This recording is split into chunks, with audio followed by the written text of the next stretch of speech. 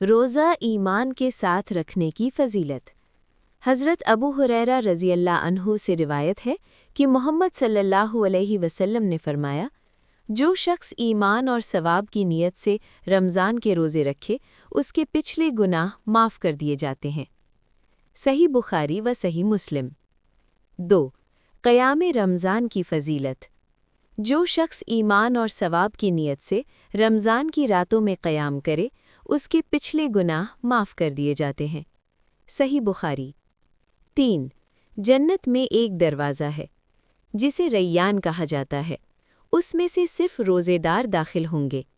صحیح بخاری۔ 4. روزہ ڈھال ہے، پس روزے دار نہ فحش کلامی کرے اور نہ جھگڑا کرے۔ صحیح بخاری۔ 5. روزے دار کی دعا۔ 3 لوگوں کی دعا رد نہیں ہوتی، ان میں ایک روزے دار ہے یہاں تک کہ وہ افطار کرے۔ ترمذی۔ 6. سحری میں برکت۔ سحری کیا کرو، بے شک سحری میں برکت ہے۔ صحیح بخاری۔ 7. سب سے افضل صدقہ رمضان میں ہے۔ ترمذی۔ 8. عمرہ رمضان میں۔ رمضان میں عمرہ کرنا میرے ساتھ حج کرنے کے برابر ہے۔ صحیح بخاری۔ 9. جنت کی خوشبو۔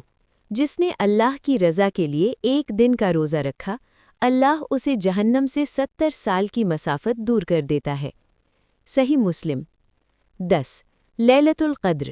جس نے ایمان اور ثواب کی نیت سے لیلۃ القدر میں قیام کیا اس کے پچھلے گناہ معاف کر دیے جاتے ہیں۔